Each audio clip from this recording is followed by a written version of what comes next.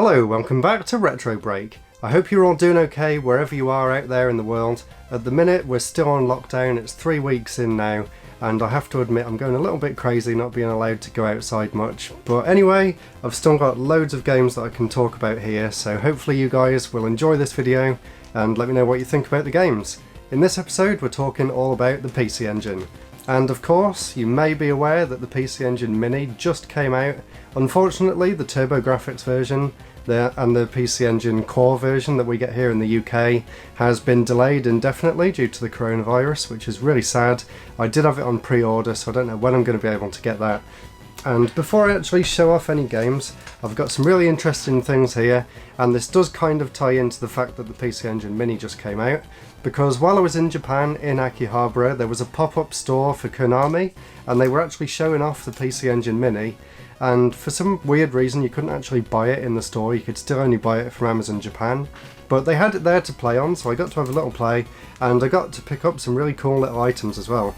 I haven't even opened this up yet. This is a Hugh card keyring, and if you don't know what a Hugh card is, that's basically the format that the games come on for the PC Engine. So I think that's really, really cool. I'm definitely going to use this, and I'll just open it up to show you guys as well. There you go. So it's exactly the same size as a Hugh card, but it's kind of see-through on this like see-through plastic material, and it's got a keychain at the end as well. So that is really, really cool. And as well as that, while I was there in that little pop-up shop, I also got some stickers. So this one is from the PC Engine game Tokimeki Memorial, which was like one of the very first dating games that ever came out, and that was on the PC Engine. And it was also on the Super Famicom as well, which I've actually got on the way actually. I ordered that one off Amazon when I got back. And there's this sticker here from Salamander, which is basically a game that went on to become Gradius. So I've got stickers for all three of these games, which is really cool. I haven't figured out where I'm going to put them yet, but I will definitely put them somewhere. My laptop's already full of stickers, so I'll find somewhere else to put them. So before I move on to the games, there was one more thing that I got from that pop-up store, and it was this wireless charging pad, which also has one of the characters from Tokimeki Memorial on. So I thought that was really cool, and I've actually been using it. It's been plugged into my computer, and I've had it on the desk, plugged in, and I can just put my phone straight onto this and charge it straight away. So I think that's really cool. So now let's have a look at the games that I picked up for the PC Engine. So the first three games that I've got here are all part of the same series, that's the Shubin Man series. So I managed to find all of the games on the PC Engine from this series, 1, 2 and 3. So I'll talk briefly through what they are. People mistakenly refer to them as Mega Man style games, but I don't really think they are, especially the first one.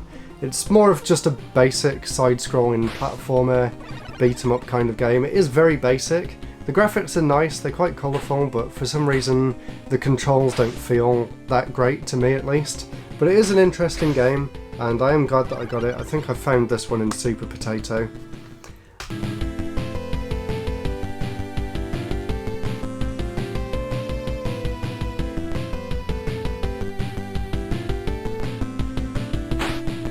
And the second game here, this one actually came out in America under the name Shockman, I believe.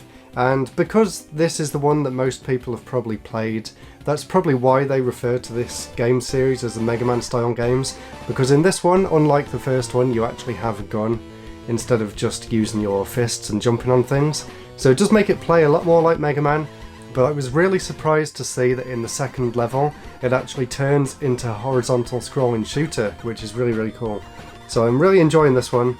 And just for information, the first two games come on Hugh cards, but the final game in the series, Shubin Man 3, actually comes on a CD-ROM. And this one is much improved over the first two graphically, and in my opinion gameplay-wise as well, and they also included some anime-style cutscenes. And this game actually reminds me a lot of Strider on the Mega Drive and in the arcades. It's definitely got that sort of really big sprites kind of Strider feel to it, so highly recommend this one if you've got a PC Engine or if you want to emulate it.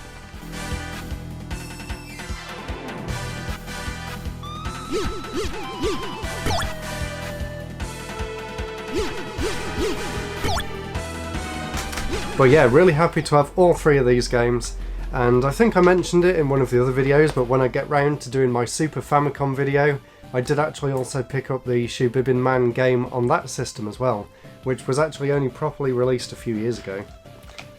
Now this next game here, I was very excited to get this one. I got this one from Mandarake, I believe. It was in one of the display cabinets, and it's a game that I've been wanting for the PC Engine for a long time.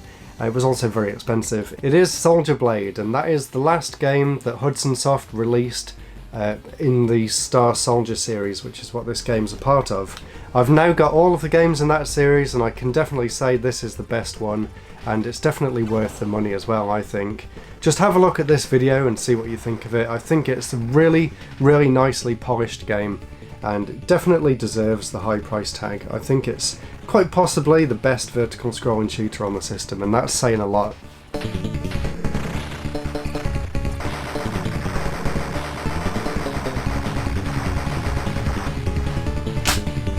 And talking about vertical scrolling shooters, I did pick up one more, and this is Summer Carnival 93, also known as Nexa, I think, NEXZR, which was made by Naxat Soft. The game's actually in the system at the minute, so I can't show you the disc.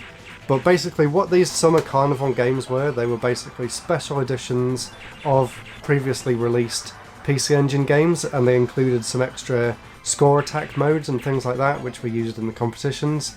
So there was also Summer Carnival 92, and I believe there's a Summer Carnival 91 as well. But I was really happy to get this. Nexa is a game that I've always wanted to play, and it doesn't disappoint. It plays very similarly to the games in the Star Soldier series, and I absolutely love them games, so I was really excited to get this one. Now this next game is probably one of the most well-known games on the PC Engine, and with good reason.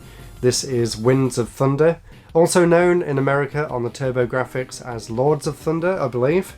And this game is amazing, it really is. It comes on a CD, so of course it's got that amazing CD quality audio, but the thing that makes this game stand out is just the gameplay. It's really cool. It's so fast, it's so over the top, and I love the fact that, like Thunder Force 3 and games like that, you get to pick which level you want to start in as well. So if it does get too difficult, you can always just move on to another level and just experience a bit more of the game that way. I've really been loving playing this one, and I'm sure it's one that I'll go back to and play again and again over the years.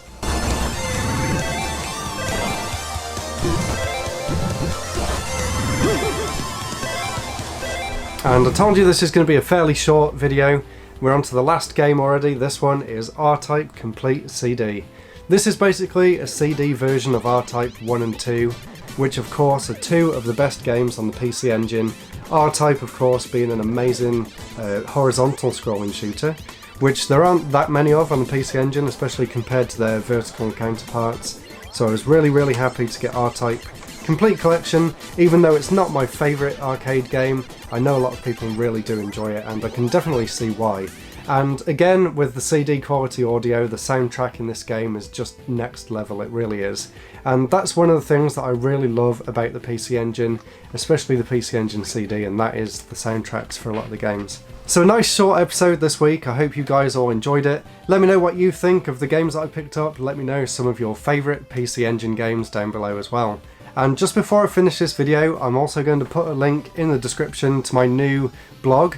I've started moving over all of my old blog posts, going all the way back to about 2009, I think. So there's a load of content on there. I'll put a link in the description so you can go and check it out. Anyway, that's it for this week, guys. Stay safe, and I'll see you next time for the next episode. Goodbye.